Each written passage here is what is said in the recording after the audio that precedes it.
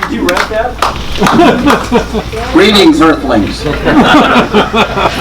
I come in peace. Pay attention or I'll have to disintegrate you. Today's program is about the Apollo 11 moon landing that just happened 50 years ago, and so John and I are going to present the program, and today we're dedicating our program to J.K. Davis. Okay, you ready for this? One more prop, okay? I want you guys to pay attention. Thank you very much.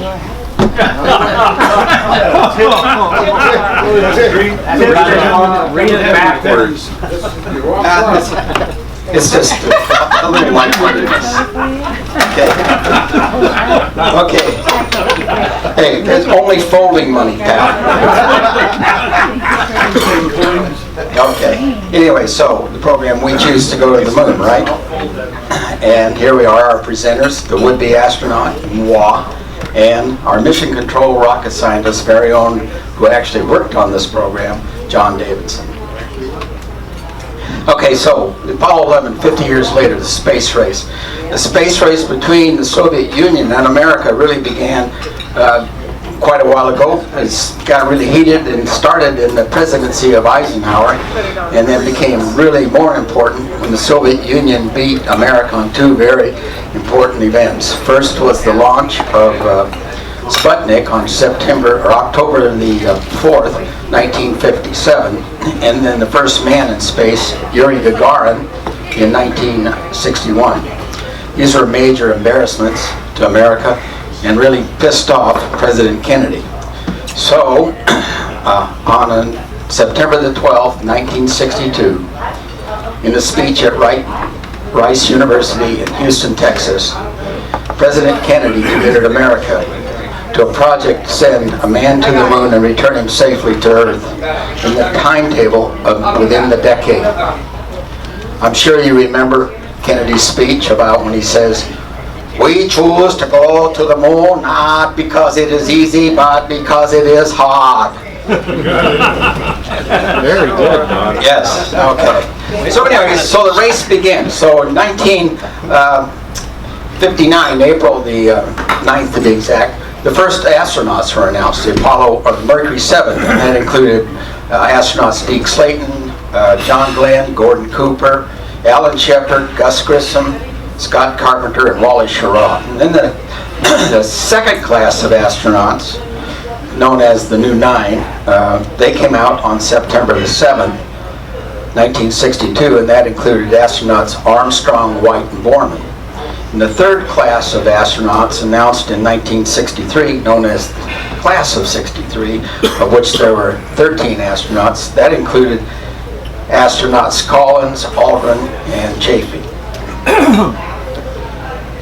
The first project they started with was Mercury, and that ran from 1958 through 1963. And the mission there was to put a man into space and return him safely to Earth.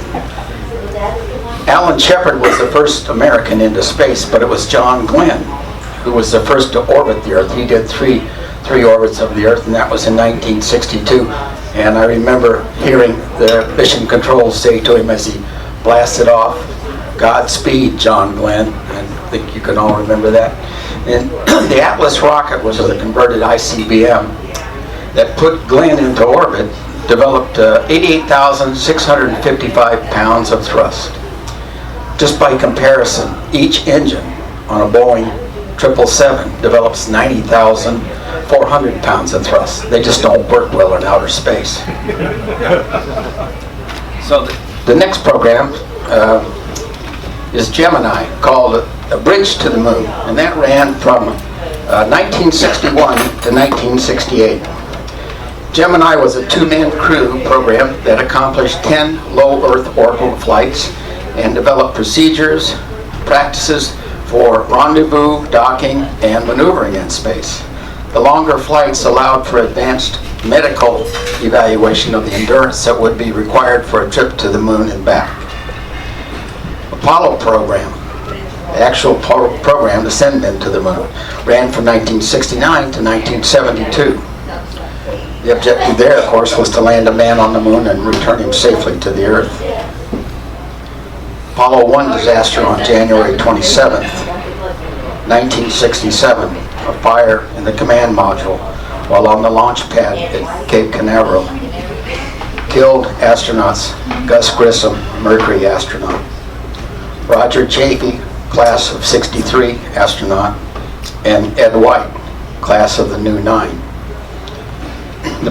This event sent the program back 21 months while they fixed and identified the problems that caused it. Apollo launches 2 through 6 were tests of the Saturn rocket's multiple stages. And Apollo 7 was the first manned orbital flight. They did 163 revolutions of the Earth.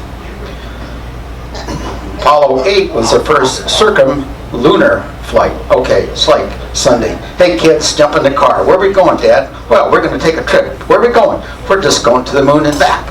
So that's what Apollo 8 was all about. They went out there and they came back. They didn't do anything other than that, just going out and back. There were a lot of scientific missions accomplished while on this flight, but they didn't land. They just wanted to prove that they could get there and come home. And Apollo 9, that was the first lunar module assembly flight. That's where they had to go out, and everything in the rocket was stacked, and then they had to retrieve part of it, and they had to go out and maneuver and dock and pull it out and all that. And that was the flight that Apollo 9 did. They proved that they could do that. Apollo 10 was the dress rehearsal for the lunar landing.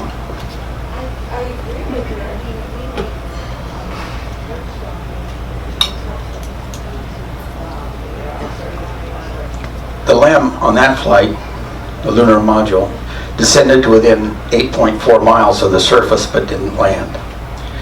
So now how did we get there? Well, it just didn't happen overnight. So for some facts from a real rocket scientist and someone who actually worked on the program, I'm turning this part of the program over to my mission control. John? We did not just light the fire and boogie on the moon and back. We took a lot of work, and it all started, as he pointed out, back in the late 50s. And the things we need to do was to, am I still not talking? I guess kisses and I might kiss them. Okay, so we had a lot to learn before we went, among other things, next chart. We had to figure out, we had to figure out where to land. Now, it's always good when you're going somewhere is to know that you have adequate parking when you get there. So, as a result, there were seven unmanned missions called Surveyor that took place between 65 and 1967. And each one of them went to a different location on the moon. Of those 7 flights, 5 of them were successful, and each one of these flights landed. They were unmanned, and they took lots of photographs of the surrounding terrain and soil samples and analyzed the soil samples to see how, the compactness and the chemical makeup of the soil that was lying there on it. Okay, once that was done, I think the first landing, although there was only 5 that were successful, the last of the 7 surveyors was in the Sea of Tranquility, and that's where the Apollo 11 chose to land. Okay, next chart. Now there's several things, other things to deal with. As Don's pointed out, the first, aside from the Russians' incursion with Yuri Gagarin, the first. Okay, now we're back on here, right? Real close. So you see the Mic, follow the mic real close. This is one of the biggest, one of the early challenges was to be able to learn how to exist and perform in a weightless environment. So the first flight, going to put it, that was a suborbital flight back in 1959, followed by John Glenn's 3 orbits around the Earth, and it went on for that way. It got more and more complicated for each opportunity for an astronaut to go into on orbit, learning how to eat and maneuver around, set controls and so forth on them. And so this was very important to learn how it is to be weightless in an environment. Okay, next chart. Now, even more important, as you will see on the subsequent charts, there is a lot of maneuvering that goes around, because when the way the configuration that the Saturn V and the moon launch was, it was a certain way in order for it to get off the Earth and get into orbit the first time. So some of the payload, especially the lunar module, was packaged a different way so it would be aerodynamically compatible with the launch. So this means that once you got into orbit, and once you started heading on the trajectory toward the moon and approached moon for landing and take off later, you had to separate and reorient some of the components of the lunar module. And this requires a lot of skill on the part of the astronauts on board the command module. You may or may not have seen the movie First Man. There was one case where Armstrong got in out of control spacecraft and it started to spin out of him. So there was a lot of things to learn about how to maneuver these things, how to turn them around, how to dock with them, dock with the adjacent spacecraft. And so this was a very important aspect of it. This took place during the period from about 1963 until, right before they were right up to the dress rehearsal, really, to make sure that everything could be handled the way it was supposed to be before they actually put live people into the rep. So, okay, so the big thing is to design something that's big enough, that's capable of getting this thing to the moon. So this is something about the Saturn rocket development. There were kind of 3 stages to it. The first stage was the little S1 and the S4 stage combined. These were really early rocket flights to learn how to just learn more about launching and the environments that take place during the launch activity, loads, heating, and stabilization and control. So a lot was learned because these are the biggest rockets that were ever launched. And once they got through with a bunch of dummy payloads with let's see, where is this thing now? Okay, for the first one down here, which I don't see anything on here.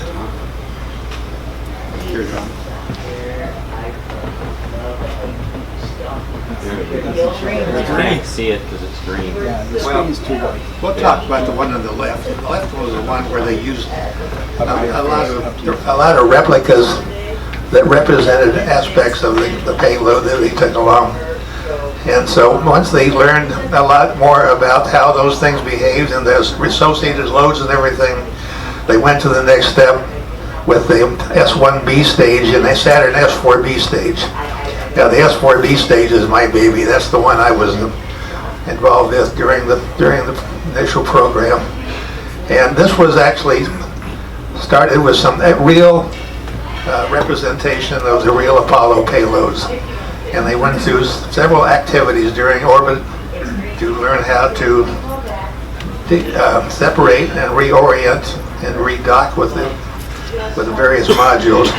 And so this was a very successful and necessary effort in order to learn everything we needed to know so we go to the full thing, which is the Saturn rocket, Saturn V. That's what it was showing here. This was a 3-stage. The first stage was built by Boeing. The second stage was North American. Third stage that was Douglas Aircraft Company, which became McDonnell Douglas. That was my baby right there. And then of course we had the real payload, the one that counts, going to the moon. And you notice that there's one indicator up here on the top. This was the escape service module. And as you don't realize, when they launch at Cape Kennedy or at Vandenberg, they always launch in the direction that goes over the ocean. And the idea behind that is if you try to launch something and it goes over land and the range safety officer sees a need to destroy it because something went wrong, they don't want any debris to fall back on land. So it's always launched over the ocean. And this escape module basically was tied to the little, I don't know what you can see there on the little this command module right at the front, a little triangular looking thing. That is the command. That was the command module. Yeah, there's another picture right there, the second from the top. Anyway, that was attached to the escape system, and if something happened, that would fire its own rocket and pull the command module off of the front end of the rocket, and the rocket would then be destroyed. Well, this thing would just deploy a parachute and land back in the ocean again. So that was the whole idea behind that thing. Okay, anyway, this is the business end of the Saturn V rocket. And you can see there's a command service module. This is where the astronauts rode during launch, and where they rode when they re-entered, came back to the Earth. The next step down here is the Apollo 11, next chart. And this is what we call heavy lifting. This is the great day when they launched the first Saturn V with the 3-man crew on board on the way to the moon. Okay, now this is the kind of a complicated chart, and the next two get even worse.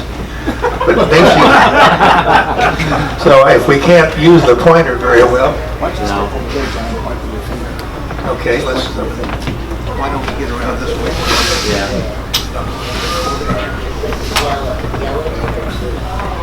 I'll try to not stand in everybody's way. Fine.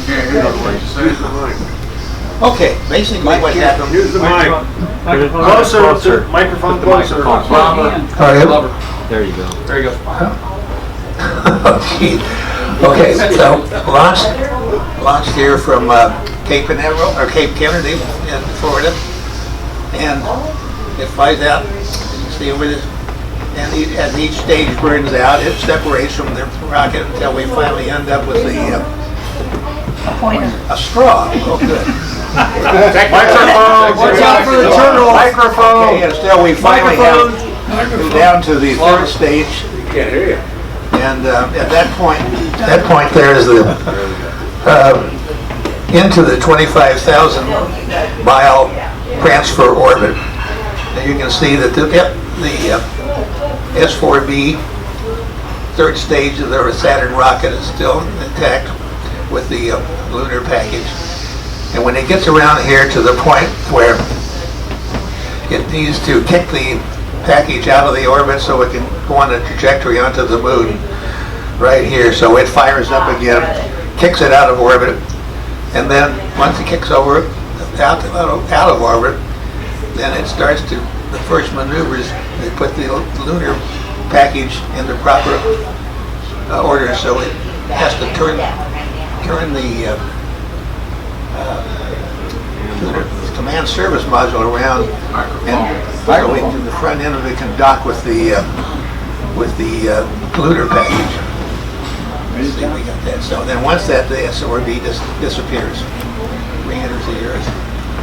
Okay, now we'll talk about this one here for a minute, because this is a lot more detail about the moon package. Again, this is the command module. That's the one where the astronauts ride during launch and during re-entry, and that's also where Collins was the only guy who did. He stayed in here during the moon, when the guys were on Earth, on the moon, while he was in the lunar orbit.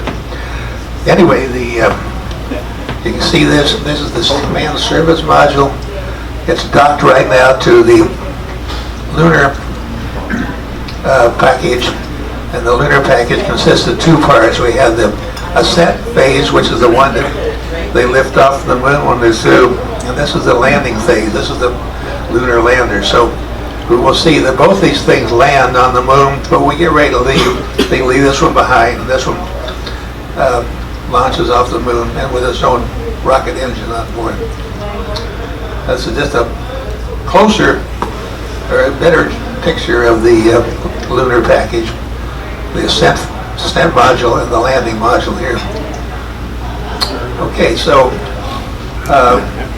what we didn't do, let's go back. We missed something here. Keep going. This is the one I wanted to talk about. So anyway, it's coming into the from the Earth. This is the trajectory as it's approaching the moon, enters an orbit around the moon, separates the command service module, separates from the, well, first off, what happens, the astronauts transfer, the two that are going to land on the moon, transfer from the command module into the lunar package, and then as they move around here, the lunar package separates from the command module, service module. Service module stays in orbit. The other two guys come in here and land. In this particular case, we're on the Sea of Tranquility on it.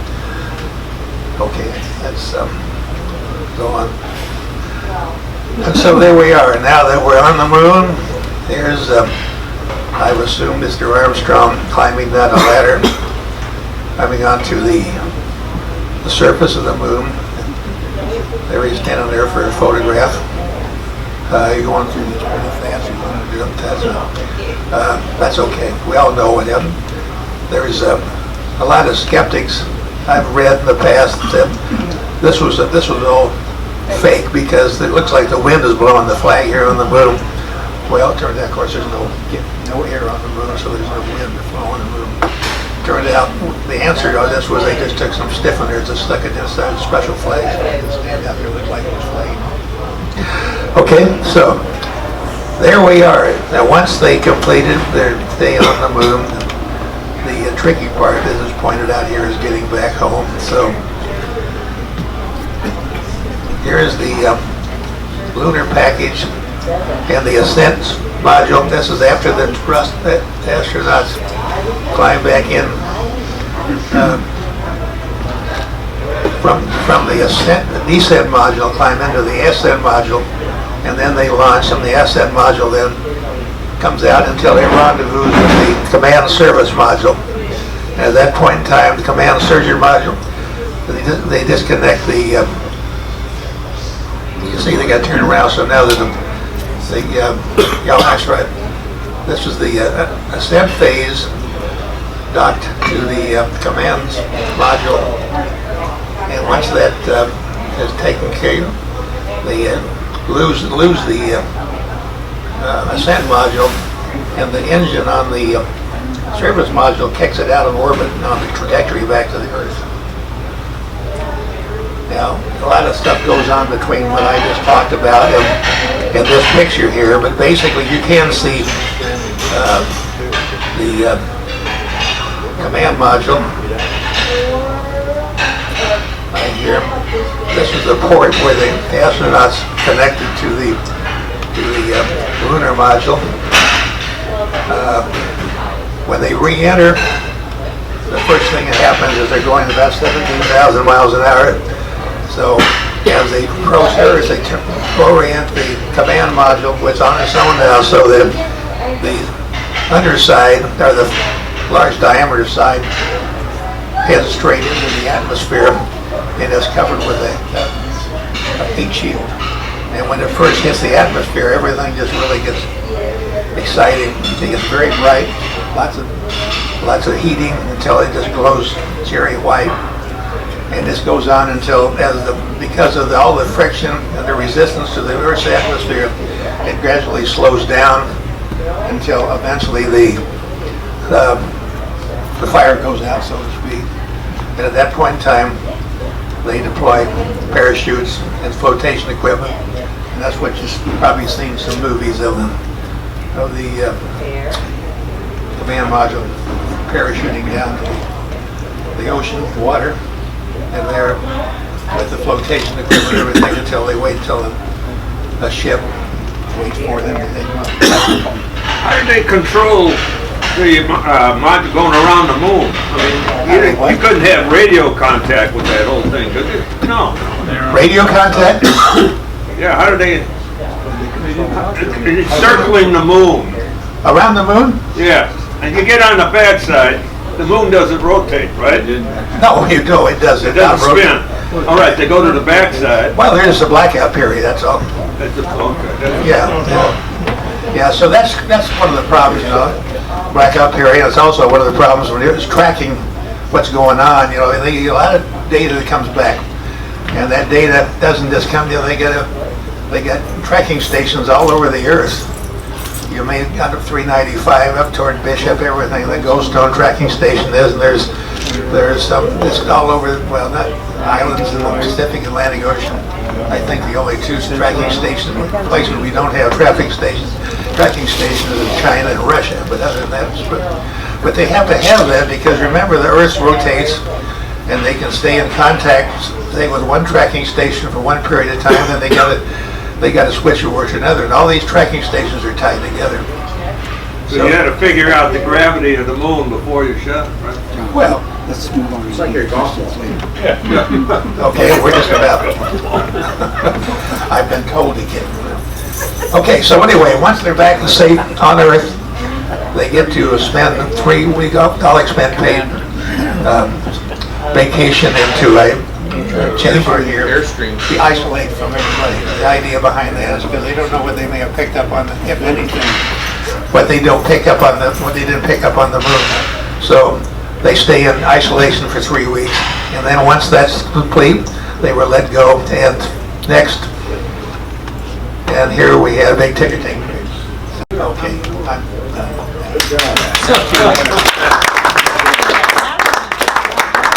Any questions? No questions? Yeah, I got a question. So on the lunar module, just that top half, when they were coming back just that top part came back, and there's still a platform It's that's still there down there. Yeah. Yep. Okay. Do we have to pay parking for that?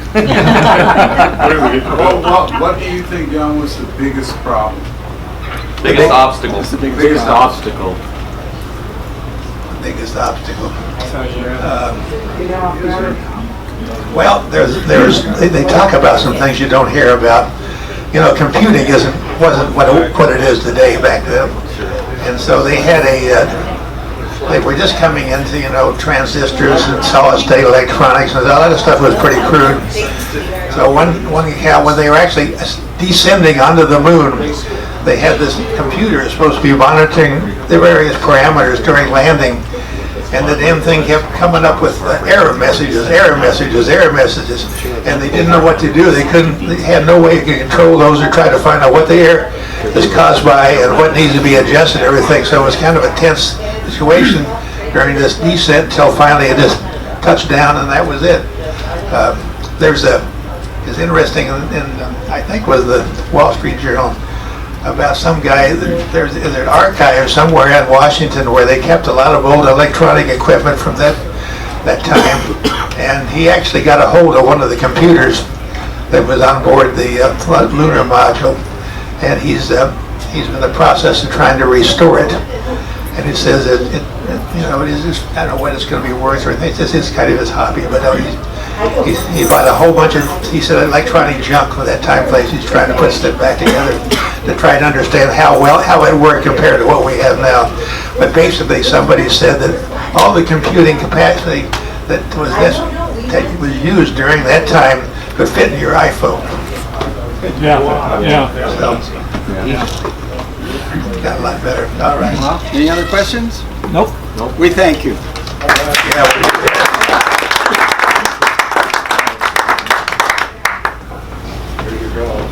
We have bells. Huh? We both have bells. You know, they have bells, you don't want any more bells. That's the guy that's walking the base because he's got 4 balls. Well, thanks guys for putting a lot of effort into this.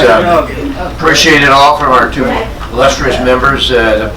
Bring back what happened 50 years ago. I think we all, one of those things where you remember, you're old enough what you're doing when John Kennedy was assassinated, what you're doing on this day, and of course then 9/11 and when Challenger blew up. I personally had just finished a combat mission in Vietnam, and it's night. Ambled into the officers club, and they were just starting the descent to the moon. We sat there and kind of watched it land, and then shoot, they're going to go out the door in 2 hours. I ran ahead of 2 more gin and tonics and watched them go out on the moon. What's remarkable about that first mission was it was designed just to get guys there long enough, pick up some rocks and plant a flag and come home. And they were only, from takeoff to landing on the moon, they were there for 21 hours. And the whole thing was calculated just to do that. The subsequent ones, they had, you know, they had the roving vehicles, and then they go hot rodding around. So a lot of calculation just to get 2 guys there, pick up some rocks, plant a flag, and come on. And so it's quite an experience. And I think all of us will probably remember where we were when that happened that night. If you're old enough. I was in the 6th grade. Doug was getting his diapers changed. The Papa Doc was babysitting with that, yeah, with that, I'll turn it back over to our illustrious president. Hey, I want to thank Don and John again. That was an outstanding presentation. And both you gentlemen are now checked off on our new current policy. Every member either get a speaker or be a speaker. And that was an excellent example set for everyone, so thank you. Great job. All right, I want to close this up. We have a board meeting, as I mentioned earlier. We got a board meeting